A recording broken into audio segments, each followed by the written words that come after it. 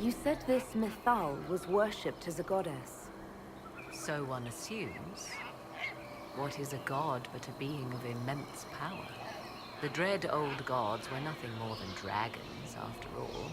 They rise as archdemons, and they die. Perhaps Mythal was a powerful elf, a ruler among her kind. History often plays storyteller with facts. You admit lack of knowledge, and yet dismiss her so readily? I do not dismiss her. I question her supposed divinity. One need not be a god to have value. Truthfully, I'm uncertain Mythal was even a single entity. The accounts are varied. There are varied accounts of Mythal. In most stories, Mythal rights wrongs while exercising motherly kindness.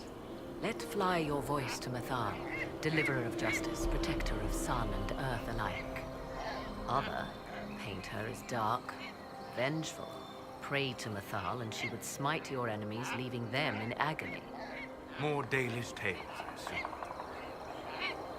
If you know more about this, Solas, speak. The oldest accounts say Mythal was both of these, and neither. She was the mother, protective and fierce. That is all I will say. This is not a place to stir up old stories. Whatever the truth, all accounts of Mythal end the same. Exiled to beyond with her brethren. What do you mean, exiled? Tricked by the dread wolf, as all the elven gods were said to be, trapped in a land beyond the Fade. Many Dalish believe this is why the elves fell from grace, and their gods did not save them. Or perhaps they were simply rulers slain by Tevinter. Who can say? Do you know what this part of the temple was used for? The room we stand in is a vestibule, not the temple proper. To those who knew it, perhaps this ritual was little more than a polite knock at the gate. These customs must have been as familiar to ancient elves as bowing to a queen is to you or I. You've seen the elves here. They seem odd. Indeed. Two things are possible. One, this is a group of Dalish separated from their brethren, cultists, fanatic in their desire to keep humans away. Two, these are elves descended from the ancients, having resided here since before the fall of Arlathan. The second appears unlikely, but if true, the implications are astounding.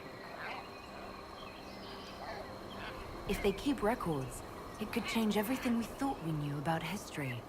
It is thrilling, no? To discover an era thought lost forever has possibly thrived in the shadows. We may, however, find these elves reluctant to part with their long-kept secrets. Are you certain Corypheus is using the power of the Blight to make himself immortal? Perhaps you forget. I was in Ferelden during the Fifth Blight. I have seen a true archdemon rage. How Corypheus gained the power to send his soul into blighted bodies, that is the real question. Will answering that question let us destroy Corypheus for good? Perhaps. I would suggest first dealing with the well. If Corypheus obtains it, any chance of success could be lost. Let's continue. As you wish.